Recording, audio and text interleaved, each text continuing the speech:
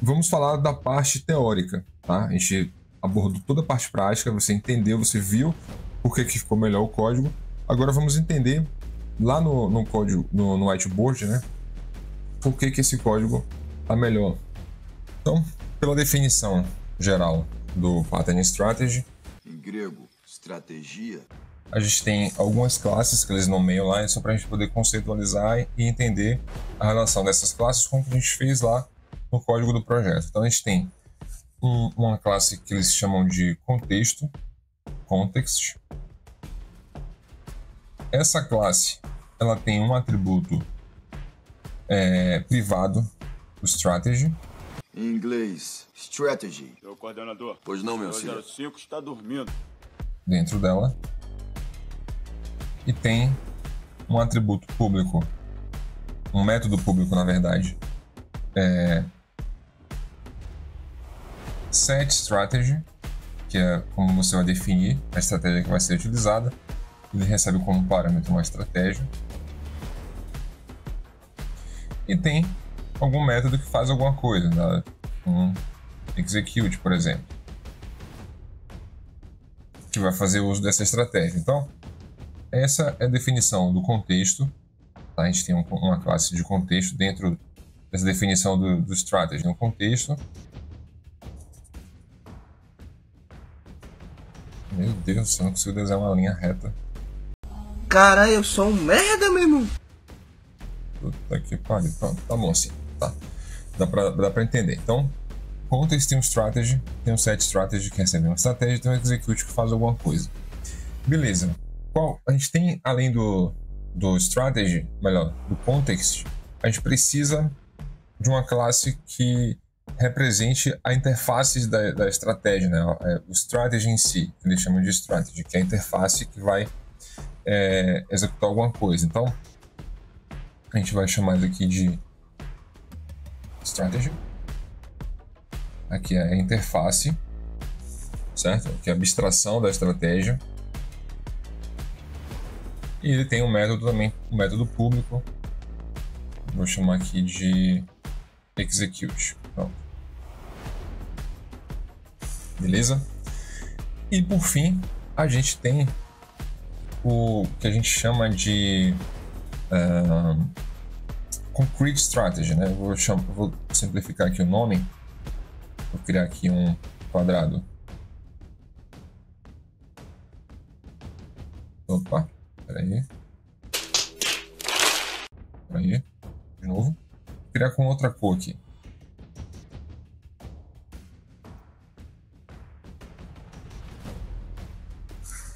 A gente tem estratégias concretas que implementam esse execute.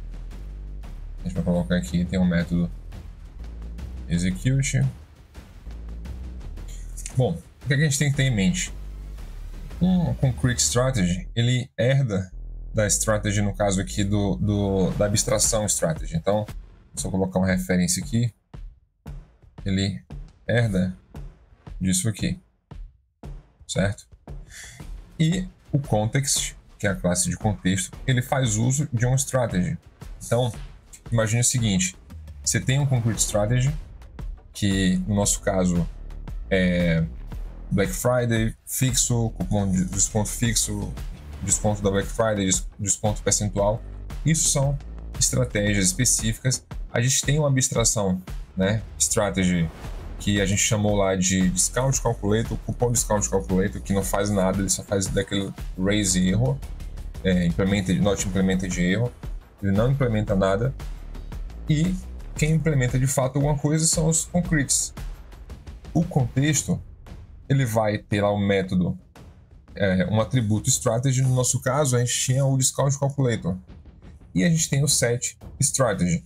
No caso do Ruby, a gente não tem um set propriamente dito, né? No Ruby, a gente utiliza apenas o nome do método, o nome do atributo igual, e já é equivalente ao set, né? Vou voltar aqui. Mas, basicamente, você tem um set strategy que ele vai receber, esse set strategy vai receber uma dessas estratégias. Então, você pode passar essa estratégia aqui, Black Friday, por exemplo, para ser utilizada, ou essa estratégia aqui, que é o cupom fixo, por exemplo, para ser utilizado como strategy, e isso vai ser definido fora do contexto. No nosso caso, o contexto nada mais é do que o cupom, certo? No nosso exemplo, o context é o cupom. Eu vou até modificar aqui a forma que vocês estão vendo, para ficar aqui atrás de vocês, Lá ele. atrás do quadro, não atrás de vocês, especificar melhor. Então, você tem o context, que no nosso caso, esse context aqui, ele é a classe cupom, certo? Ele recebe um strategy, está vendo aqui o strategy que ele recebe, e o strategy pode ser tanto um cupom de desconto, vou melhorar um pouquinho aqui ainda mais, para vocês me verem melhor aqui no fundo. Pronto.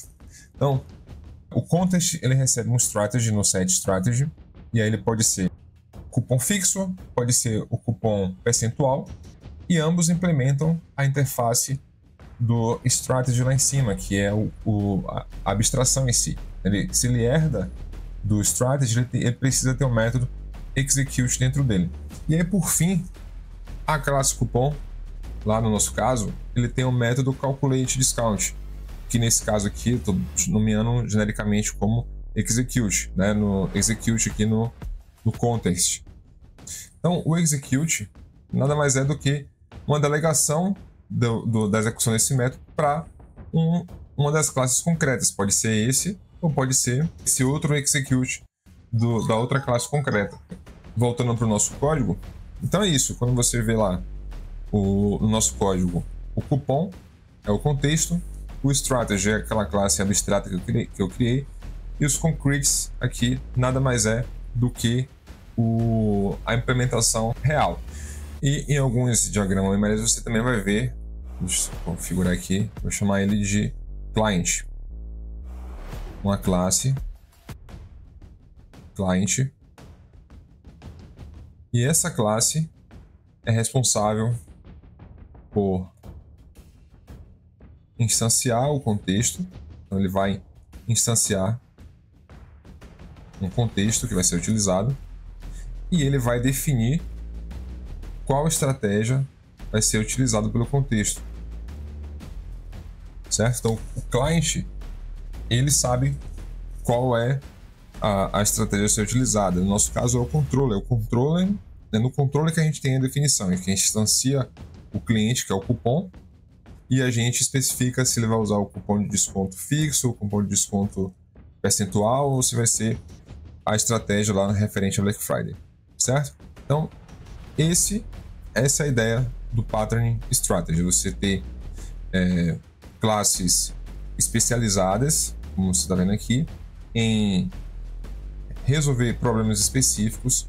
Especializados em resolver problemas específicos são um pouco redundante, mas essa é a ideia. Então ele aqui é responsável por resolver o cupom fixo, um cupom percentual.